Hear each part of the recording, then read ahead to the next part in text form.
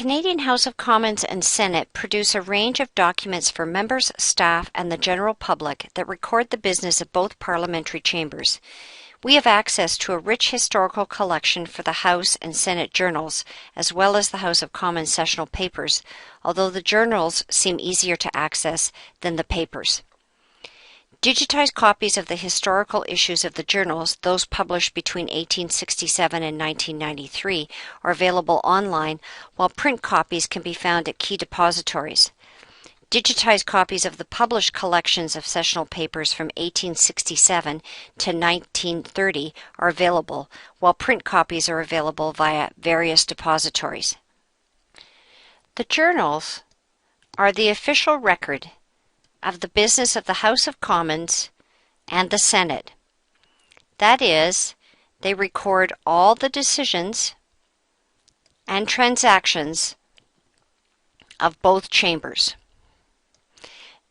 Generally, these decisions and transactions include the reading of all bills, motions, and votes, as well as petitions presented, documents tabled, proclamations from the Governor-General, and alphabetical lists of parliamentarians.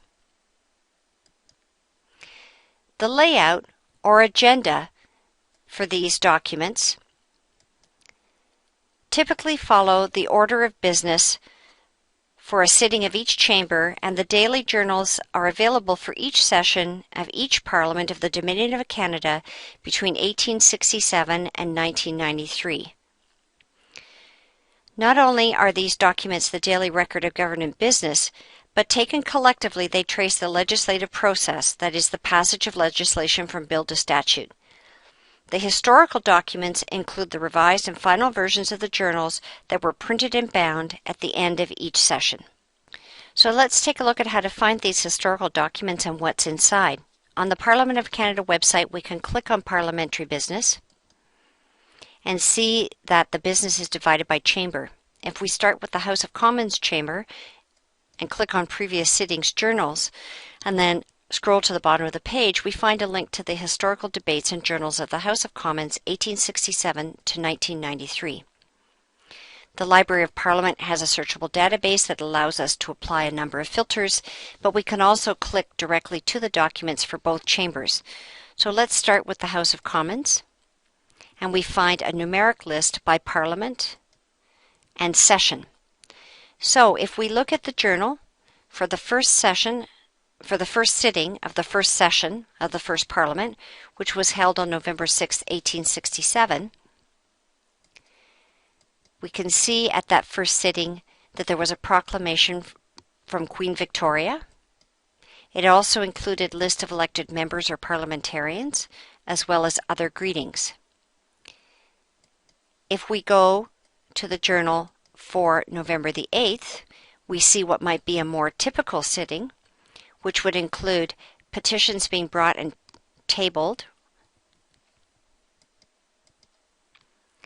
motions, debates, and adjournment. The document also includes a list of appendices which appear to be sessional papers and an index. Now, it's important to know that we can actually also get print copies of these documents in certain repositories, such as the Carleton University Library.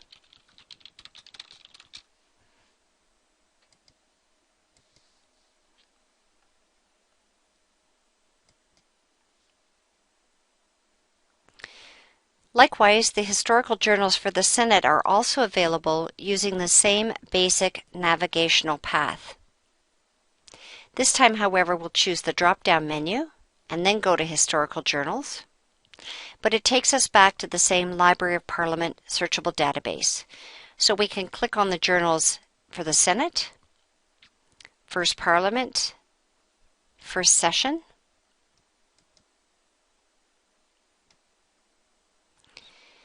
we come again at the beginning to a proclamation from Queen Victoria. And if we move ahead, we now also see a list of senators.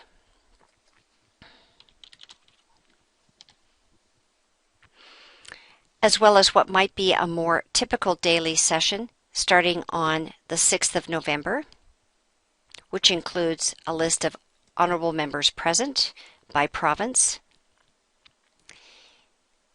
And in this particular case, each senator is then introduced to the chamber.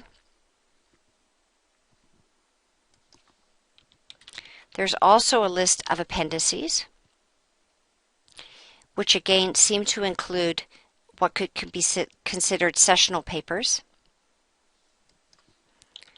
And there is also an index. Sessional papers are documents such as bills, reports, and various types of papers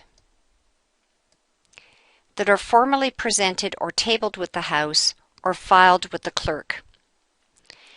They can also include documents such as government responses to committee reports and annual reports from government departments and Crown agencies.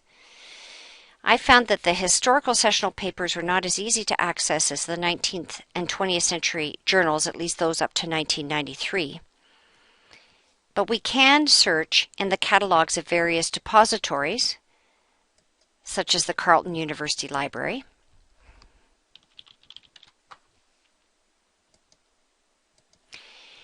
And what we find is the sessional papers can be available in print,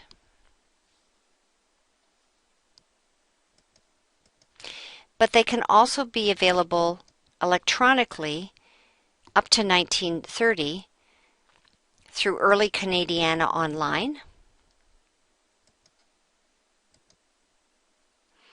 or through the University of Toronto.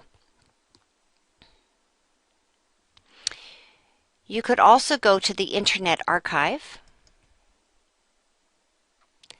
and search for the Sessional Papers of Canada, and you'll find that the University of Toronto has created a collection in this open archive. It's important to remember, however, that some of these documents may also be available from individual government departments, agencies, or committees, such as the annual reports or those from standing committees of the House of Commons, and this would be particularly true for anything published after 1930.